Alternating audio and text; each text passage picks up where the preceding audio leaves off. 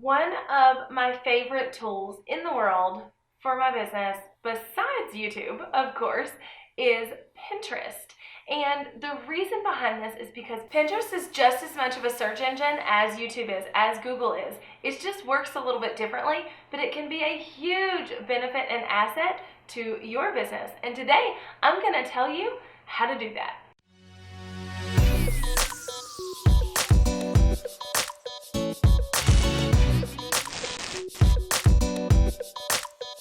Howdy people! I am Jessica Stansberry and I am a content marketing strategist here to help you create content that converts to sales so that you can grow your business, because that is my jam, and I'm throwing it down here twice a week on YouTube. So if you have not yet subscribed, now is your time to do that.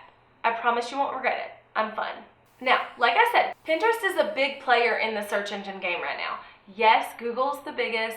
Yes, YouTube's the second one, and yes, I recommend YouTube to everybody and their mama, but Pinterest is huge, and if you are not using it and you're creating content for your business, you are missing out on a huge slice of the SEO pie, if you will. So to use Pinterest to grow your business, there is some strategy behind it, and I am by no means a Pinterest expert, so I called in a little help from my friends, and I'll be sharing a couple of quotes with you today from two Pinterest strategists that I just absolutely love, and pointing you towards their resources and all of that jazz so that you can find out more if you want to know more, and I didn't do it justice.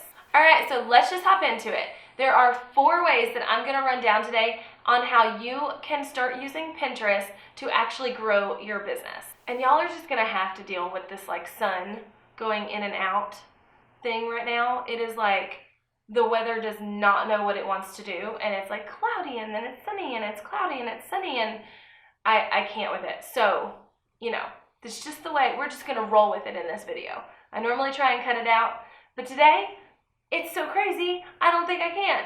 All right, so first and foremost, you need to be creating a pin graphic for every piece of content that you are putting out into the world. So whether it is a video or a blog post or a podcast episode or a whatever that you are putting out, you need to be creating a Pinterest-friendly image, which, if you don't know, they are the vertical ones that are like long and skinny that we see all over the internets right now. And you need to have one that goes with every piece of content on your website, on your YouTube channel, all of that, so that you are indexing your content on Pinterest search engines as well as Google and YouTube. Now, one of my friends, Nicole Saunders from Saunders Says, is a Pinterest strategist, and she gave me a quick tip here on creating pin-worthy images. She said having multiple pin graphics for each piece of content is a great way to reach a variety of people in your ideal client range. And she went on to say that you can hide those pin images. So if you don't want, 42,000, you probably wouldn't make that many images, but let's say you want to create 5 pin images for every blog post to kind of use this tip. But you only want one of them to show up in the blog post, or you want none of them because they're long and they kind of mess up the formatting of blog posts.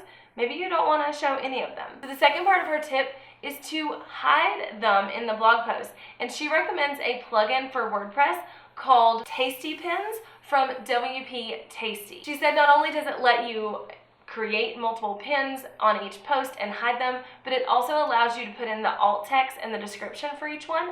So you are making Google happy, because Google loves a good alt text and keywords on your images, but you're also being found on Pinterest and making Pinterest happy. So thank you, Nicole, for throwing that tip my way. Now, the second thing I want to talk about goes in that same kind of realm of help, and that is to pin any videos that you do, YouTube videos, etc., directly to Pinterest. People do have the ability now to watch videos directly on Pinterest, and you have the ability to pin your videos straight to that platform. So don't let YouTube and Google kind of tell you where you have to rank. You could have one of your YouTube videos ranking really high on Pinterest for a search term, even if it's not ranking really high on YouTube or Google. All right, the third way that you can use Pinterest to grow your business is to utilize audiences that aren't even yours. And what I mean by this is you can join group boards to get a bigger reach on Pinterest. This is one of the really cool features of Pinterest as a whole, is that you can join a group board that has 100,000 people following it every month, and you may only have like 4 followers.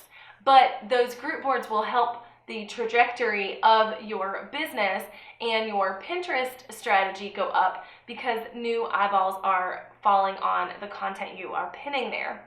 Now, I don't know a ton about group boards, but I called on my client and friend Amanda Blakeman from amandablakeman.com, and she mentioned that not only are group boards amazing and they're a huge piece of the strategy, but using a tool like Tailwind and Tailwind Tribes is also another huge piece of creating group strategies to get your content in front of more people. And Amanda actually has a guide to help you get started on Tailwind, and I'm gonna link it below this video as well. Now, the fourth thing you need to do to really use Pinterest to amp up your business game is to play nice by Pinterest rules. So Pinterest likes vertical images. Pinterest likes, this kind of content and that kind of content. Pinterest likes when you pin multiple times a day, which by the way can be made way easier and less overwhelming with a tool like Tailwind.